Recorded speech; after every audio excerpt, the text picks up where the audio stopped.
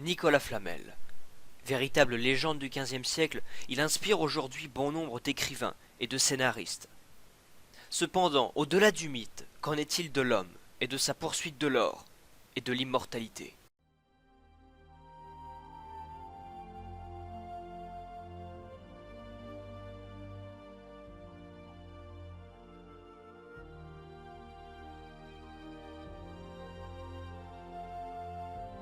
C'est à Pontoise, aux alentours de 1330, que naît Nicolas Flamel. Ses parents sont d'origine modeste, mais il apprend à lire et à écrire le français, ainsi qu'un peu de latin, des bénédictins. Il devient apprenti écrivain public chez Maître Gobert, puis plus tard rachète une charge de juré libraire écrivain. Dans sa boutique, à l'enseigne de la Fleur de Lys, il dresse les comptes des petits commerçants, apprend aux bourgeois à signer de leur nom, copie et enlumine des manuscrits. L'imprimerie n'existe pas encore.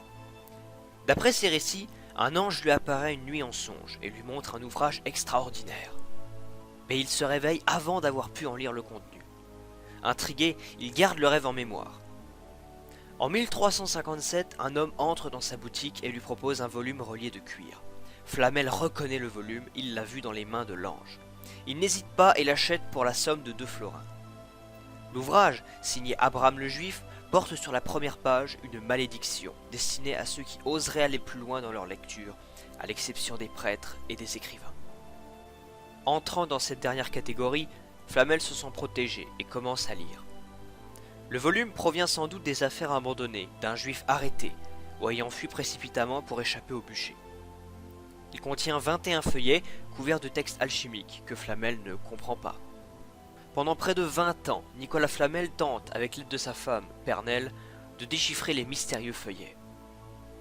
Il ne délaisse pas sa boutique, mais chaque soir, passe plusieurs heures courbé sur le manuscrit hermétique. Pourtant, le travail ne progresse pas et il désespère. Les alchimistes consultés ne parviennent pas plus que lui à éclairer le mystère.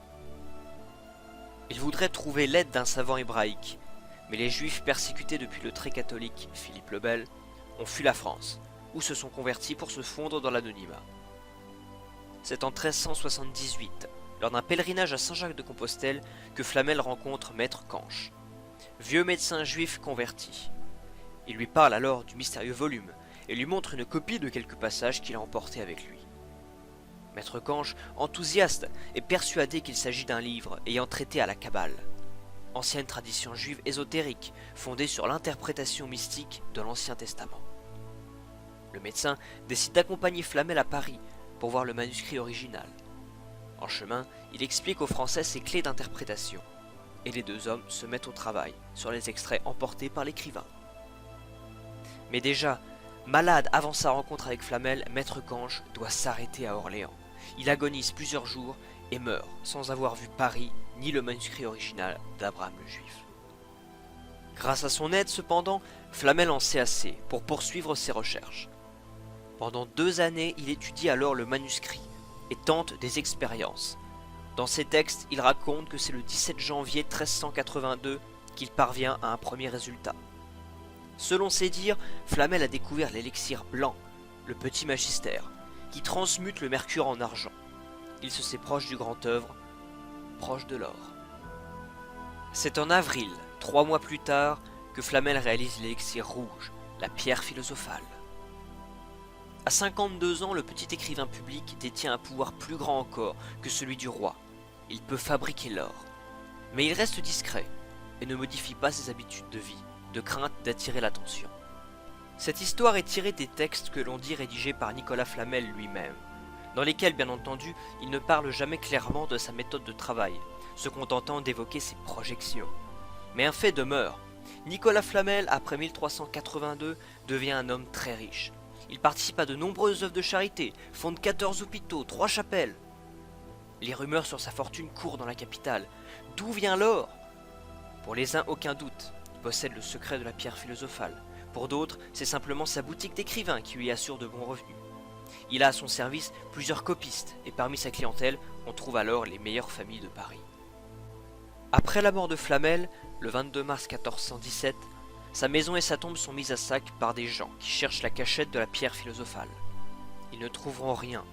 Le livre d'Abraham le Juif réapparaît, lui, 2 siècles plus tard, dans les mains de Richelieu. On ne sait aujourd'hui ce qu'il est devenu.